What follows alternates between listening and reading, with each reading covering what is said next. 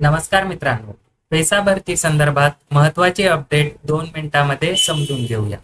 मित्रांनो, सुप्रीम कोर्टाच्या वेबसाईटवर आपण केसचे स्टेटस चेक केले असता आपल्याला बघू शकता या ठिकाणी काय तारीख दिलेली आहे। पहिले होती 17 सप्टेंबर 2024, तर ती आता तारीख झालेली आहे 4 सप्टेंबर 2024।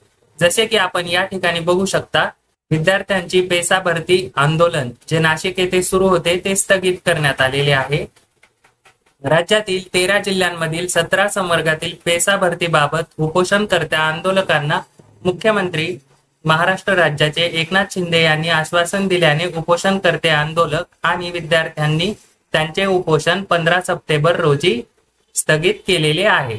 15 सप्टेंबर पर्यंत शासनाकडून पेसा नोकर भरतीचे पत्र न मिळाल्यास पुन्हा आंदोलन करण्याचा इशारा आंदोलनकर्त्यांनी दिलेला आहे। तर या ठिकाणी मुख्यमंत्र्यांनी आपल्याला जसे आश्वासन दिले होते त्यानुसार आपण या ठिकाणी बघू शकता, सुप्रीम कोर्टाच्या वेबसाईटवर जाऊन चेक करायचे आहे। या ठिकाणी आपल्याला नवीन तारीख जी जनरेटेड आहे, कॉम्प्युटर जनरेटेड, ती 4 सप्टेंबर 2024 अशी बघायला मिळत आहे। मित्रांनो, अशाच माहितीपूर्ण व्हिडिओसाठी आणि अपडेटसाठी ॲग्रीकट्टा YouTube चॅनल सबस्क्राईब करून ठेवा। धन्यवाद।